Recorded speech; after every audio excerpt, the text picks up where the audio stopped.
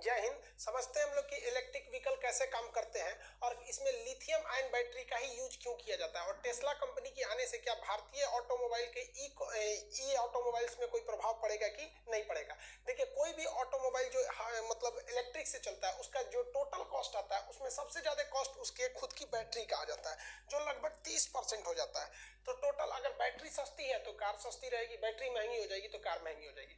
इसमें lithium ion का ही प्रयोग किया जाता है, जिसके कई रीजन है। लिथियम आयन बैटरी जो होती है हल्की होती है और इसकी बैकअप पावर बहुत ज्यादा होता है और ये बहुत हल्का होने की वजह से अगर भारी हो जाएगा तो गाड़ी भारी हो जाएगी तो ज्यादा पावर लेगी, ये होता है। और जबकि जो लेड एसिड बैटरी सीसा सन एक बैटरी का प्रयोग करते हैं, काफी भारी होता है और इसके टूटने उठने का डर ज्यादा रहता है। बैटरी को ज्यादा इधर उधर ले जाएंगे तो इसकी लाइफ घटने लगती है। इसमें H2SO4 का प्रयोग किया जाता है और डिस्टिल वाटर, पानी को खौला दीजिएगा ना तो उसमें जो कचरा है, जो मैग्नीशियम है, कैल्शियम, उसको बाहर निकाल दीजिएगा तो शुद्ध पानी जो बच जाता है उसी को हम लोग डिस्टिल वाटर कहते हैं। तो इसमें डिस्टिल वाटर डाला जाता है। एग्जाम में क्वेश्चन पूछेगा तो H2SO4 का परसेंटेज कितना होता है, तो 38% H2SO4 पाया जाता है और जो डिस्टिल वाटर होता है सल्फ्यूरिक एसिड के अलावा डिस्टिल वाटर ये 62% पाया जाता है। कभी कभी आपको ये दे सकता है कि इसको 35 कर देगा तो इसको 65 कर देगा, बट राउंड द फिगर यही रहेगा। इसको एग्जाम के लिए याद रखिएगा। देखिए, हाल में जो लिथियम आयन बैटरी लगाया जा रहा है कोई बहुत बड़ा आसमानी बैटरी नहीं है कि उससे देख के घबरा, यही है लिथियम आयन बैटरी। आप लोग भी यूज करते हैं, मोबाइल में लिथियम आयन बैटरी होती है बट वो चपटी होती है, लैपटॉप में लिथियम आयन बैटरी होती है, वो उसका शेप अलग होता है।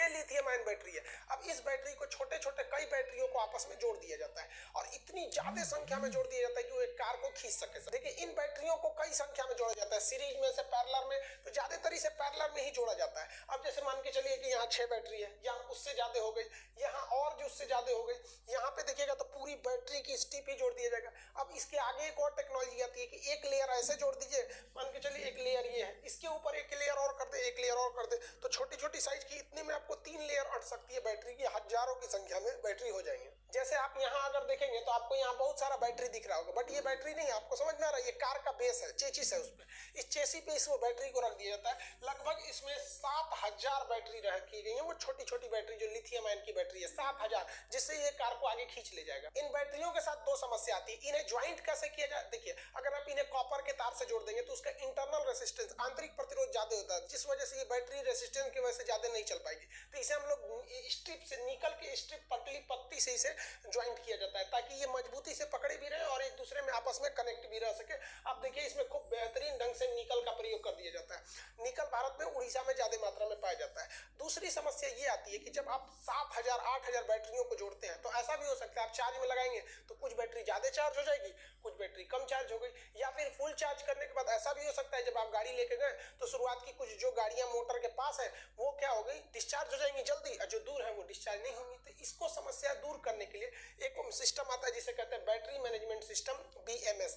ये बैटरी मैनेजमेंट सिस्टम एक समान रूप से बैटरियों को चार्ज करता है और जब ये गाड़ी चलती है तो एक समान रूप से उनके खर्च को भी करता है, जिससे कि पूरी तरह से पावर बैलेंस रहता है और गाड़ी स्मूथली चलती है। तो ओवरऑल आपके दिमाग में बैठ गया कि भैया निकल और लिथियम की बहुत ज्यादा जरूरत है, अदरवाइज हम इलेक्ट्रिक कार की कल्पना नहीं कर सकते। इसके लिए भारत सरकार ने काबिल नाम की एक योजना का प्रस्तुत किया। ये 3 कंपनियों का एक ज्वाइंट वेंचर है जिसका फुल फॉर्म, काबिल का क्या होता है भैया, खनिज, KA से हो जाता है खनिज, B से हो जाता है विदेश, I से होता है इंडिया लिमिटेड, खनिज विदेश इंडिया लिमिटेड। ये 3 कंपनियां इसमें मिलकर काम करती हैं। इन 3 कंपनियों के ज्वाइंट वेंचर से इसे बनाया गया है और इसे ये दिया गया है कि जितने भी स्ट्रेटेजिक जरूरतों की जो खनिज है वो भारत में कहाँ है उन्हें ढूंढिए, या विदेश में कहाँ है उनका पता करके उनसे समझौता करके आप उसे लाइए। जैसे यूरेनियम हो सकता है या फिर जो भी हमारी जरूरत की चीजें हैं, ताकि ऐसी चीजों पे हम विदेश पर न निर्भर हो सके।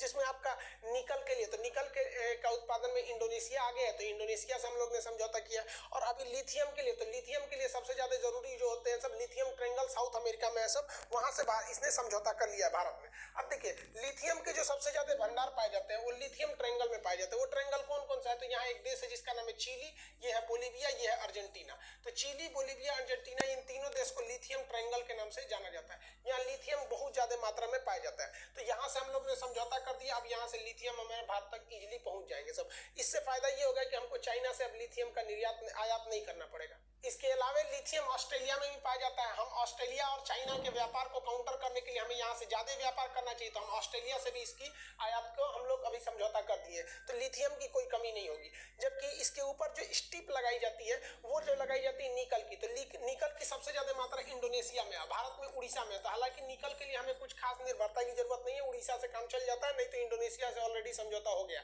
तो इससे हम ये समझ सकते हैं कि अब जो इलेक्ट्रिकल व्हीकल आ रही है सर 2025 के बाद आप इसे सड़कों पर देखेंगे तो इसमें चीन की निर्भरता काफी कम हो जाएगी। और ये जो हालिया घटना जो गलवान को देखते हुए नीति आयोग ने एक अलग से गठन भी कर दिया है कि भैया जो भी कंपनी भारत में आके लिथियम आयन की बैटरी बनाएगी या उसका मैन्युफैक्चरिंग प्लांट डालेगी तो उसको अलग से छूट दिया जाएगा, टैक्स में भी छूट दिया